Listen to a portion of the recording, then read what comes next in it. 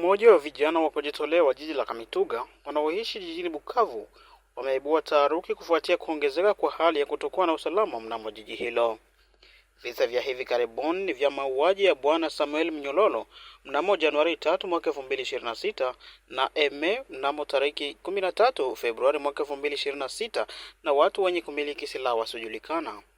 Kwa mujibu wa msikitiko kwamba vijana hawa wa kujitolea wa mji wa Kamituga unashutumu na kukemea kwa nguvu zote kuongezeka kwa hali ya kutokuwa na usalama katika jiji hilo ambalo zamani ilikuwa shwari kwa upande wa usalama na sasa hivi imekuwa eneo uhalifu. Wameonya mshangao wao na maumivu kutokana na mabadiliko haya ghafla ya hali ya usalama mnamo jiji hilo. Wanakumbusha kuwa jamii yoyote ya kawaida haiwezi kukubali maisha yao kuchukuliwa bila uchunguzi wala uingiliaji wa serikali. Bajene ya Kamituga tukasikia kila siku watu wiko na nani na kufa. Inaonekana kazi ya serikali au kazi ya polisi ni kuchunga raia na mali yake. Mesai wa watu wanakufa kwa ajili ya kukosa amani.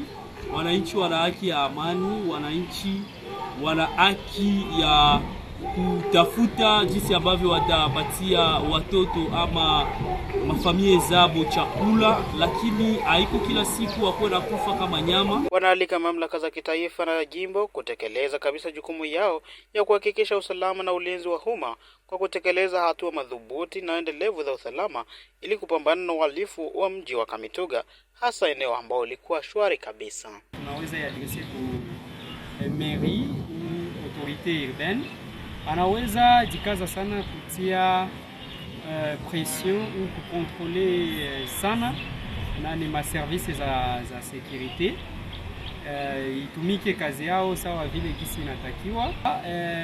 Population inaweza kuwa na denoncer makazi za insécurité zinapatikana mwingine, mais également population hiyo inaweza kufanya makundi ya vijana ambayo itakuwa tumika na polisi kwa kusaidia kwenye mapatrouille mixte, inaweza saidia également kuleta usalama.